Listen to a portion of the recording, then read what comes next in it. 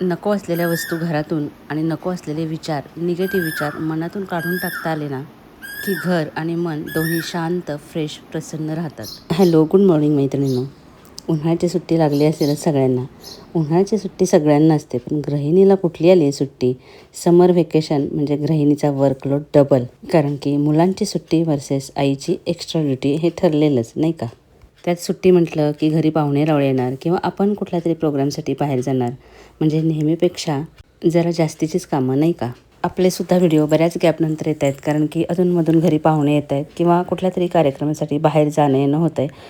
त्यामुळेच video regular येत नाही आहेत. पण काहीही असलं तरी उन्हाळ्यामध्ये काही एक्स्ट्राची कामं असतात आणि ती तर करावीच लागतात. काही दिवसांसाठी का होईना कुठेतरी बाहेर जायचं म्हटलं तरीसुद्धा घर व्यवस्थित आवरून ठेवावं लागतं. जायच्या आधी पण आणि आल्यानंतरसुद्धा तेवढीच आवराआवरी करायला लागते. म्हणूनच मुळातच घरामध्ये वस्तूंचा पसारा कमी असला ना, की आपलासुद्धा ताण कमी होतो. नाहीतर काय होतं, की घरातला पसारा उचलण्यामध्येच अर्धा दिवस निघून जातो. आणि घरात असं सगळीकडे पसारा बघितला ना, की चिडचिड होऊन जाते. कुठून सुरुवात करायची हे सगळं आवरायला असं होऊन जातं. म्हणूनच जेवढ्या गरजेच्या असतील ना, तेवढ्याच वस्तू खरं तर घ्यायला पाहिजेत. पण आपण काय करतो, कधीतरी लागेल म्हणून खूप साऱ्या गोष्टी घरामध्ये भरून ठेवतो.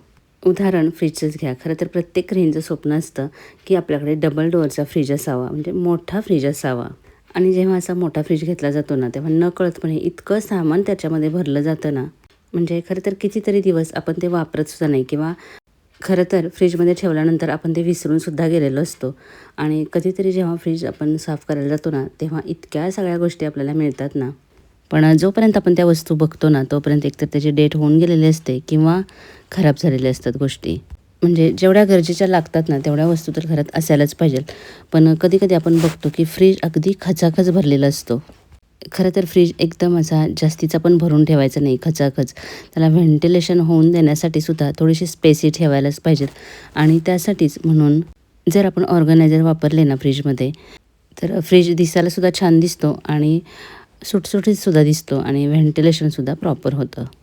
खरं सांगायचं तर जेवढा पसारा कमी ना, तेवढी आपल्या मनाला जास्ती शांतता मिळते.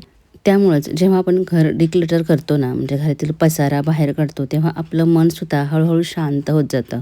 म्हणजे कुठलीही गोष्ट जेव्हा तुम्ही क्लीन करत असताना, तर तेव्हा हळूहळू तुमच्या मनातलं मळबसुद्धा निघून जात असतं. तुम्ही हा अनुभव घेतला असेल तर मला नक्की कमेंट करून सांगा.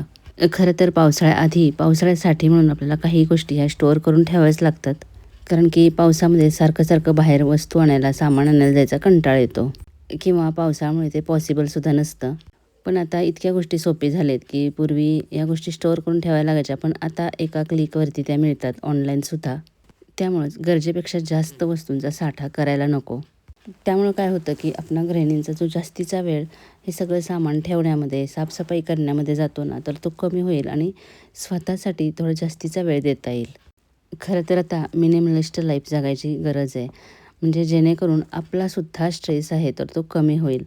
जितक्या वस्तू घरामध्ये जास्ती ना, तितका जास्ती पसारा आणि तितकाच जास्ती वेळ तो पसारा आवरण्यासाठी सुद्धा द्यावा लागतो. खरं तर आपल्याला आपलं घर सुंदर दिसावं असं वाटत असतं. त्यामुळेच घरासाठी आपण खूप वेगवेगळ्या वस्तू, गोष्टी घेत असतो. पण उगाचच भारंभार गोष्टी घेऊ नयेत. आपल्याला जर त्याचा उपयोग असेल तरच त्या घ्याव्यात. नाहीतर काय होतं, की आपला सगळा वेळ आहे, तो पसारा इथनं उचलून तिथं ठेवायचा, तिथनं उचलून दुसरीकडे ठेवायचा, याच्यामध्येच जातो. त्यामुळेच आपण घरामध्ये इकडे-तिकडे बघितलं, की आपल्या लक्षात येतं, की कुठली गोष्ट आपल्या उपयोगाची आहे आणि कुठली नाही. मग ज्या गोष्टीचा आपण बऱ्याच दिवसांमध्ये काहीच उपयोग केला नाही, तर ती गोष्ट आहे तर ती डिक्लटर करून टाकायची किंवा कोणाला तरी गरजू असेल तर हवी असेल तर देऊन टाकायची. आणि अशा बऱ्याचशा वस्तू असतात घरामध्ये, की ज्या आपण कित्येक वर्षामध्ये वापरलेल्या नसतात, पण ते फेकून द्यायची सुद्धा इच्छा होत नाही. कारण की त्या वस्तूशी आपली काही ना काहीतरी भावना जोडलेली असते. पण त्यामुळं होतं काय, की घरामध्ये प्रचंड वस्तू साठत जातात आणि नव्याने आपल्याला काही घ्यायचं असेल तर त्यासाठी जागा उरत नाही. किंवा मग प्रत्येक वस्तूसाठी तिची तिची जागा दिली पाहिजे. म्हणजे प्रत्येक वस्तू ठेवण्यासाठी स्पेसिफिक ऑर्गनायझर्स वापरले ना, की मग सगळीकडे पसारा दिसत नाही. आता हा जो फ्रीजमधला ड्रॉवर आहे ना, तर तो त्यांनी फ्रुट्स वगैरे किंवा ड्रायफ्रुट्स ठेवण्यासाठी दिलेला आहे. तर फळं आपण कुठे ठेवतो फ्रीजमध्ये? मी तर बाहेरच ठेवते आणि जेवढी लागणार आहेत तेवढीच घेऊन येते. तर या कप्प्यामध्ये मी थोडे-थोडे उरलेल्या ज्या काही गोष्टी असतात किंवा रवा वगैरे, ड्रायफ्रुट्स तर ते इथं ठेवते. पसारा आवरण्यामध्येच म्हणजे घरातील कामं करण्यामध्येच जर अख्खा दिवस जात असेल ना, तर समजून जायचं की डिक्लटर करण्याची वेळ आलेली आहे. ज्या गोष्टी नको आहेत तर त्या म्हणजे ज्या आपल्या उपयोगाच्या नाही आहेत तर त्या खरंच काढून टाकायला पाहिजेत.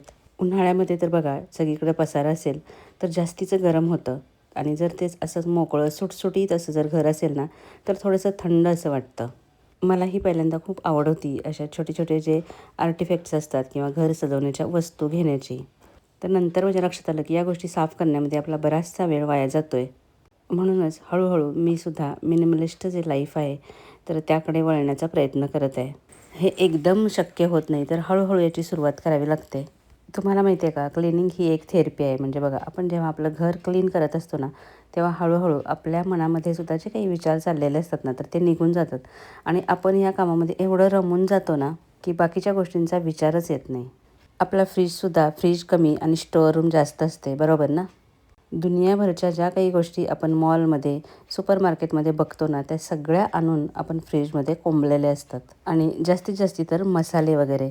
तर मसाले आपण आणतो की आपल्याला ऐन वेळेला जर एखादा मसाला हवा असेल तर त्यासाठी परत दुकानात बाहेर जायला नको म्हणून आपण ते आणून ठेवलेले असतात. पण ते सुद्धा वेळच्या वेळी चेक करायला पाहिजेत. कारण की खूप वेळाला तरी जे मसाले असतात तर त्याची डेट असते, एक्सपायरी डेट ती होऊन गेलेली असते.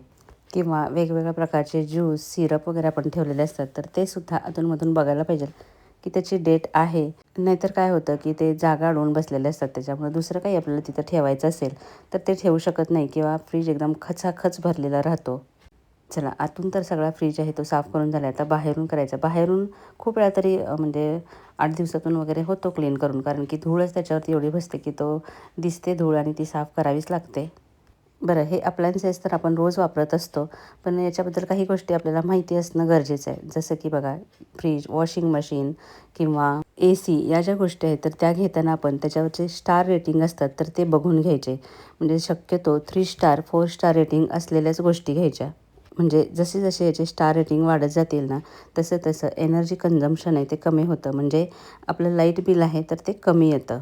म्हणजे बघा वस्तू घेताना आपण स्वस्त बघून घेतल्या म्हणजे त्याचे स्टार रेटिंग न बघता, म्हणजे जास्ती स्टार रेटिंग असेल तर त्याची किंमत थोडीशी जास्त असते. पण जर आपण कमी रेटिंगचे घेतले ना तर काय होतं की लाईट बिल जास्त येतं. आणि फ्रीज ही तर आपल्या रोजच्या वापरातली गोष्ट आहे त्याच्यामुळे त्याच्यावर जे स्टार रेटिंग आहे ते बघून घ्यायचे.